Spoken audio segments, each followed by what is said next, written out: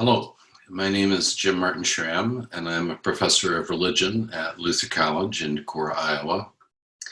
Victoria Chrisman and the Center for Ethics and Public Engagement has invited several members of the faculty to address the COVID-19 crisis through the lens of our disciplinary expertise. So I'm going to focus today, offer some remarks on Christian ethics and COVID-19. My PhD is in Christian ethics, and I've been teaching here at Luther College for the last 27 years. Most of my scholarship is focused on the intersection of ethics and public policy. I wouldn't regard myself as an expert in healthcare ethics, but a lot of my work has been in bioethics, especially environmental ethics. So let me share with you my screen and the slides I've prepared for this presentation.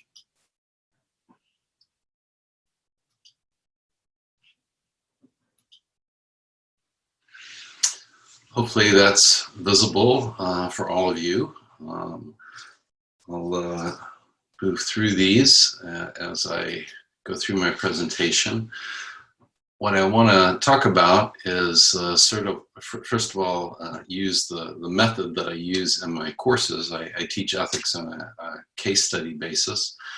And work through these 3 steps of analysis, assessment, and action, and then highlight a sort of ecumenical approach to the ethical deliberation I bring to this topic. The method I use with my students in this case study approach is a 3-stage method of analysis, assessment, and action. The limited time in this video doesn't permit me to go into all of the detail associated with each of these steps, but I'm going to try to tackle each one in turn. Before we say what we think we ought to do, we really ought to know what is happening and why. So the first step is always good analysis, followed by assessment. On what basis are we going to decide which alternative is best? And then finally, what should we do? I'll venture some thoughts at the end about that. So this is a sort of abbreviated list of key steps in the analysis stage, and I'll try to address each of these as I continue. I stress for my students that it's really important for any topic in ethics to think about how your personal experience in life may shape the way you perceive this particular issue.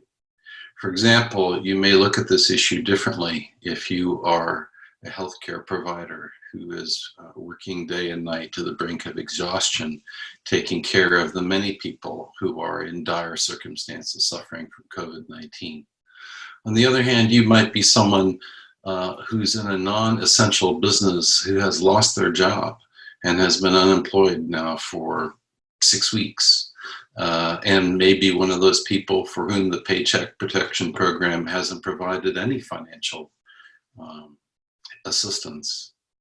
You might also look at this topic differently if you're someone who has actually struggled with COVID-19 and managed to survive, and especially if you're a person of color. The disease is having a very disproportionate impact on poor and minority communities in the United States that have already been suffering from a host of social injustices. Another key step in analysis involves just understanding the facts, and what we're faced with is a novel coronavirus, officially named SARS-CoV-2, and the disease is called COVID-19. One thing that makes this particular virus so deadly is how easily it is transmitted. It is more deadly than the seasonal flu, and it does result in exponential transmission rates. So you can see in the diagram, one person spreading it to 2 people spreading it to 4, 4 spreading it to 8, etc. And before you know it, you have a runaway pandemic. Historical context, well, in this particular case, globalization has certainly enabled the rapid spread of COVID-19, jet travel, cruise ships. The leading scientific theories speculate that this disease came from wet markets in China, where wild and exotic animals are sold. But in addition to that, we have, as human beings, degraded animal habitats and encroached upon their space. Finally, here in Iowa, where I'm writing or speaking,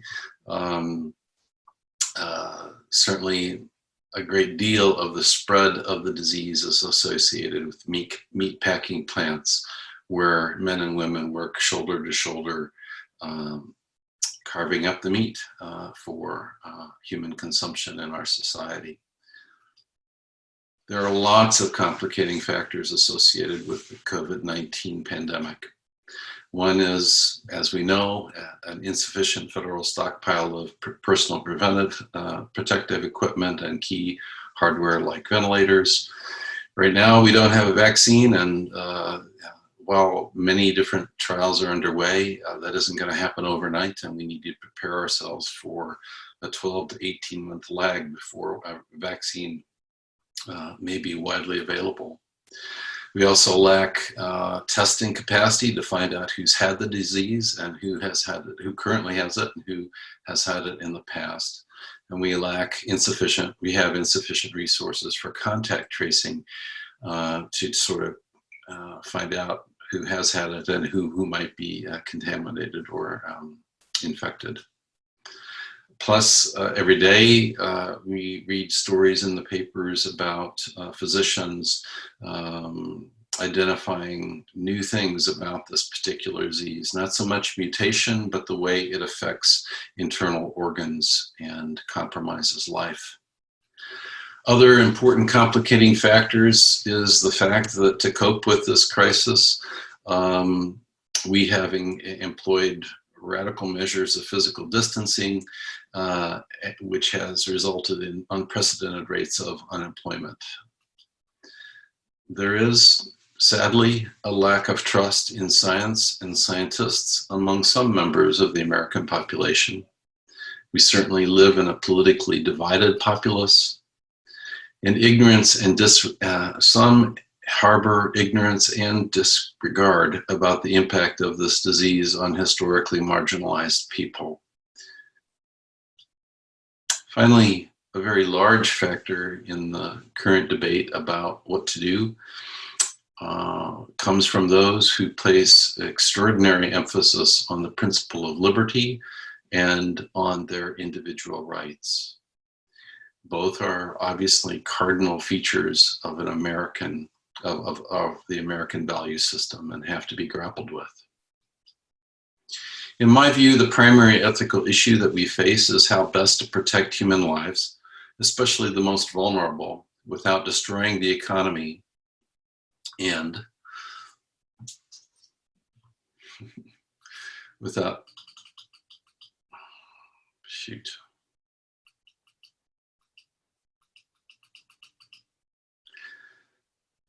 how best to protect human lives, especially the most vulnerable, without destroying the economy and riding roughshod over human rights. Apologize for that. And I think there are really two basic alternatives here. One is to simply let nature take its course. We know that without interventions, this virus will keep spreading until about 70% of the population has been infected, at which point herd immunity will begin to protect the rest of the population. The problem is taking this route results in a very high and indiscriminate toll on human life. Plus, as an ethicist, it's not acceptable to me because letting nature take its course simply involves human beings submitting themselves to whatever fate befalls them, rather than intervening responsibly and ethically to take action.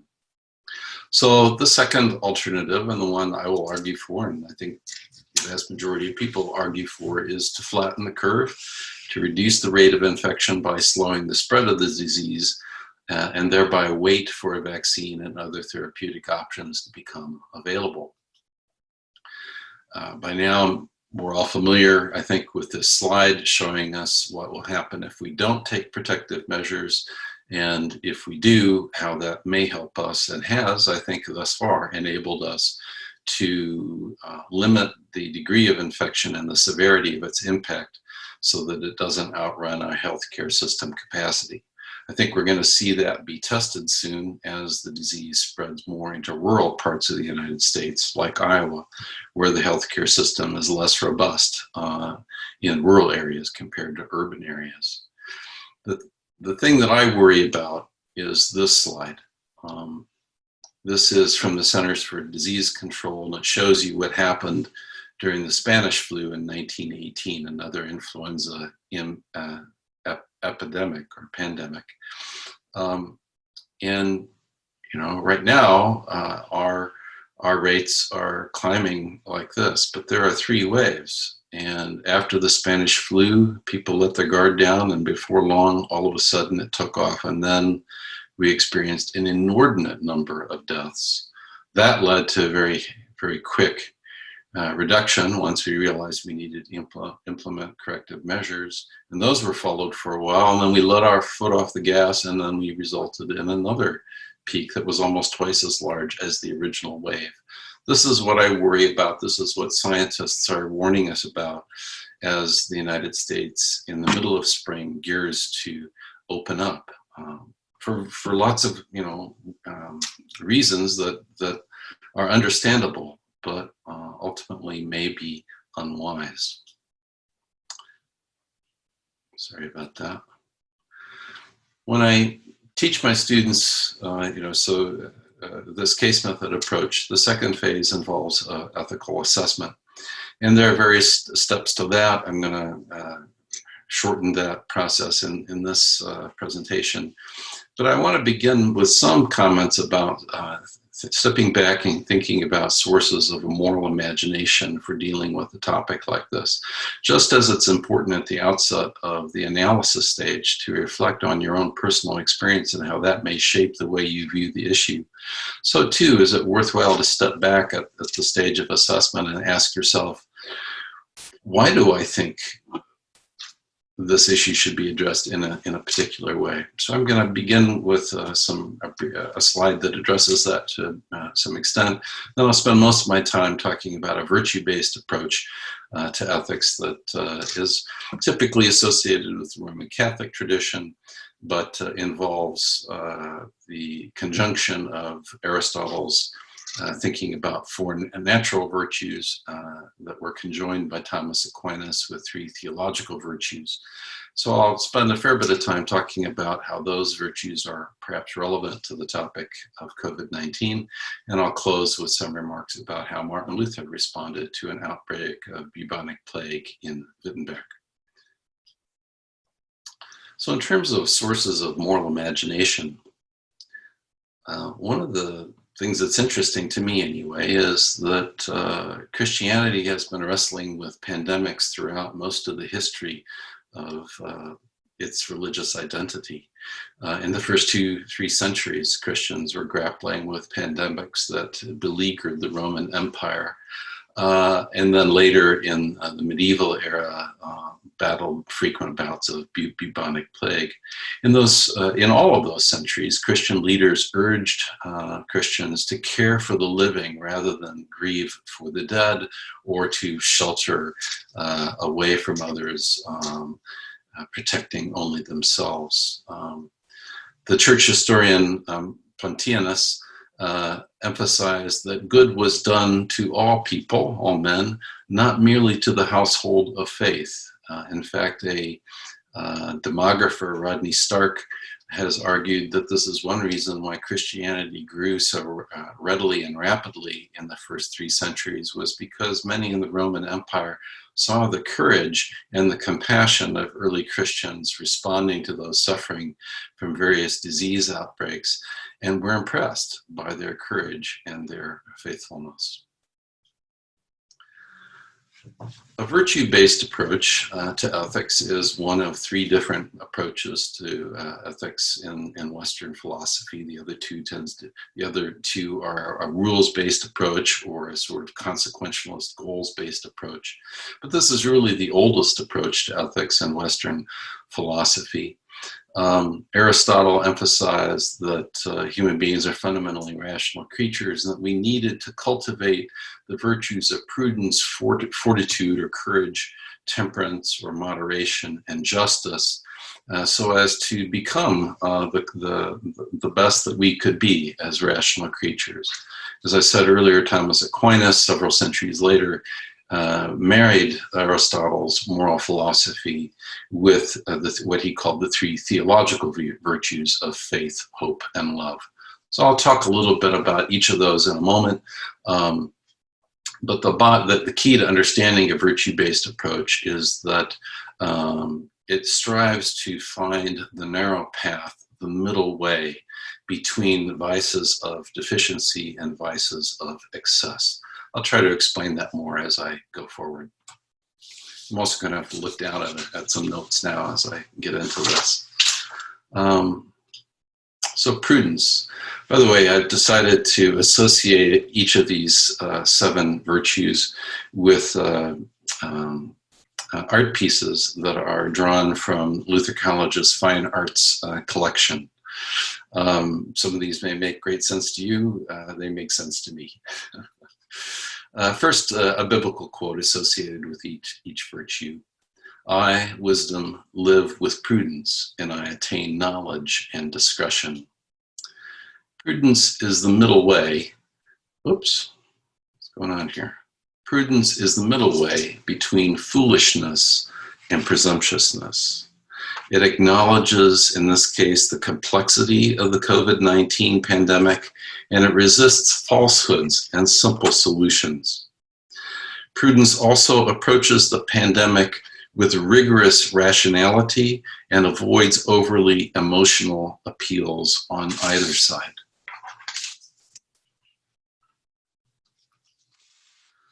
Another important natural virtue is temperance, or what we call moderation. From Titus, be hospitable, a lover of goodness, prudent, upright, devout, and self-controlled. It's the language of self-control that Titus associates with the virtue of temperance. Temperance is the middle way between being miserly and being a spendthrift and being profligate.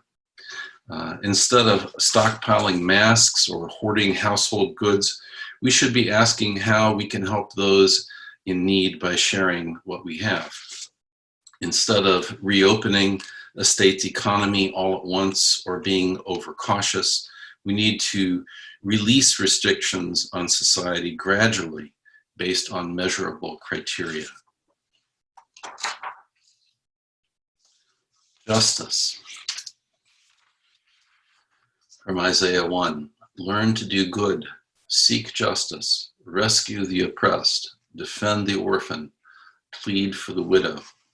The virtue of justice pursues a middle way between lawless disregard for others and a coercive use of power that unjustifiably violates individual rights. As I think about the application of the virtue of justice to the COVID-19 crisis, I think we should curtail freedoms only to protect the welfare of others. And we must also give special attention to those who have historically been the victims of injustice and who currently suffer disproportionately the impacts of the COVID-19 crisis.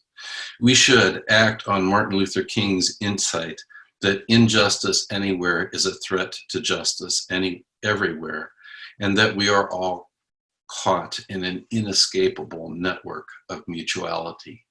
That may be never more true than it is today as we face this COVID-19 crisis. The fourth natural virtue is fortitude or courage.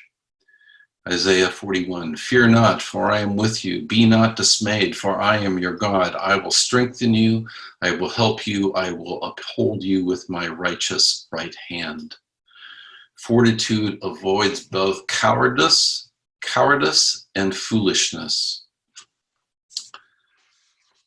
Courage or fortitude does not give in to fear and cowardice, but nor does it rush headlong at the foe in a reckless manner.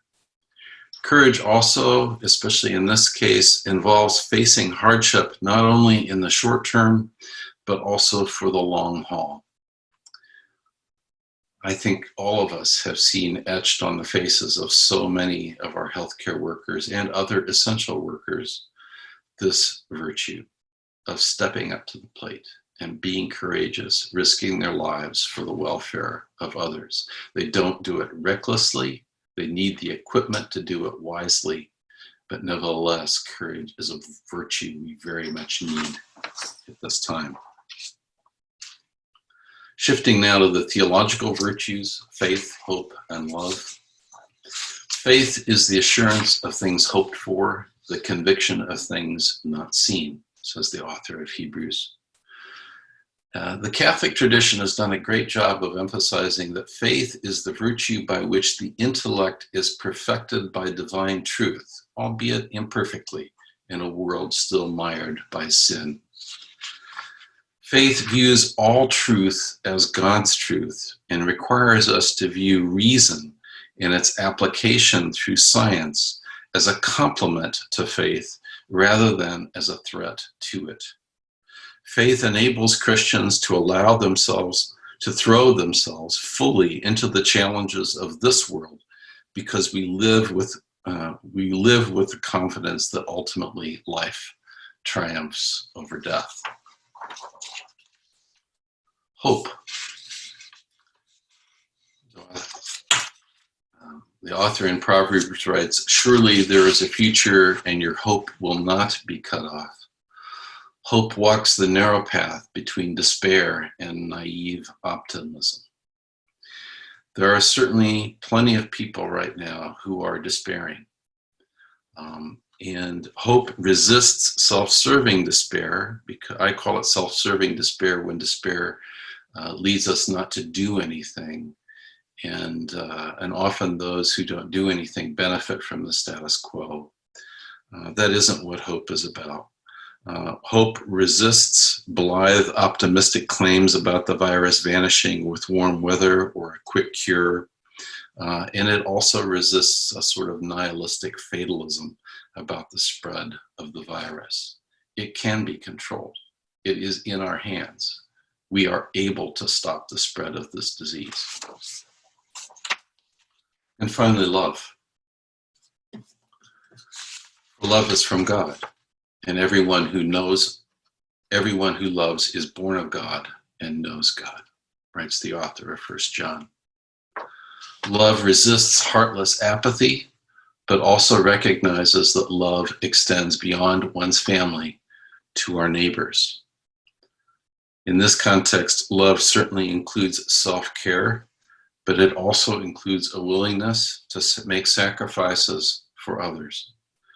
Jesus offers the parable of the Good Samaritan in Luke chapter 10 to emphasize and to illustrate what love of neighbor looks like.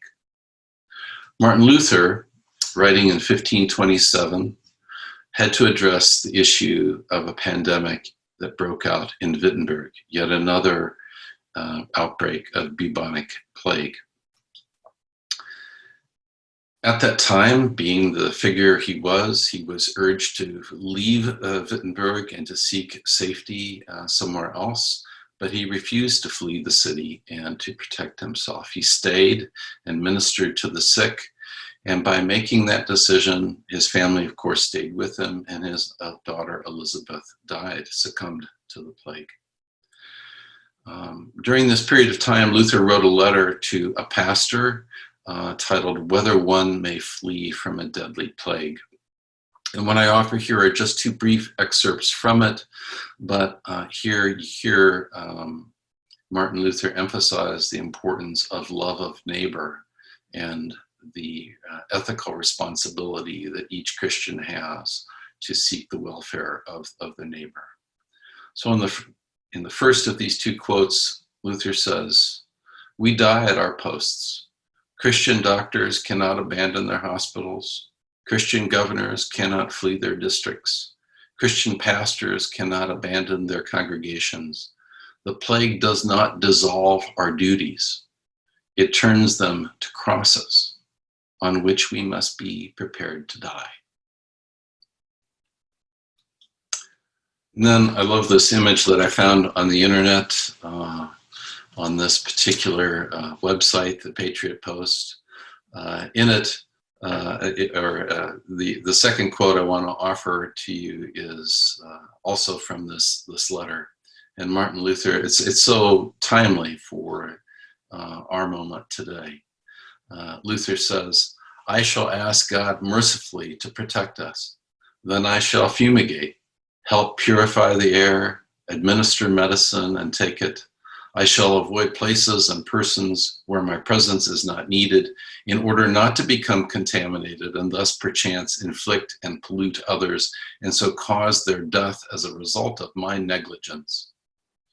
If my neighbor needs me, however, I shall not avoid place or person, but will go freely as stated above."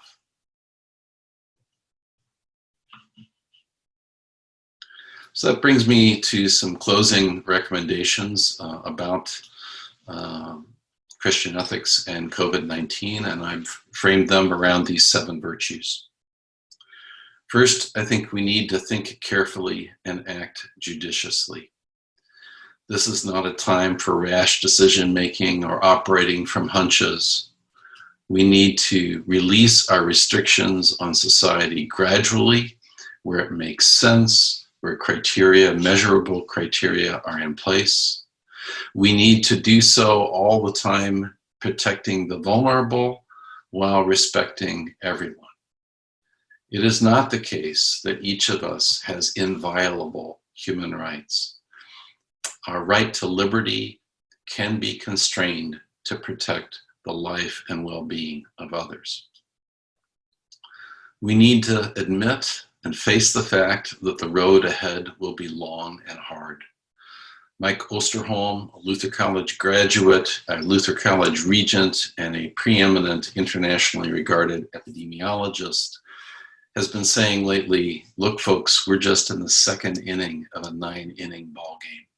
We need to gird ourselves for the long run and muster the courage to face what are going to be difficult days and months and perhaps years ahead. We need to trust scientists like Mike Osterholm and others and listen to and respect and implement their recommendations.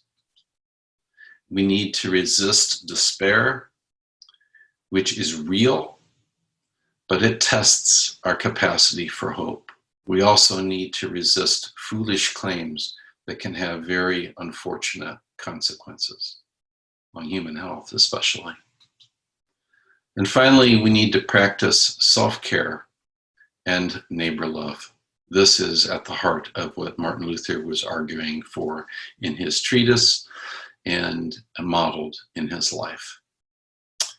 So be it for all who follow Jesus into the world and grapple with the problems that we face.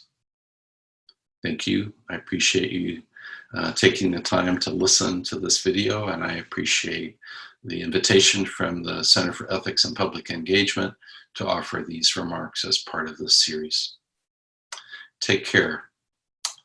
I appreciate all of the contributions of my colleagues to this series, and I want to thank you for all you're doing to care for your neighbors as we face this global pandemic.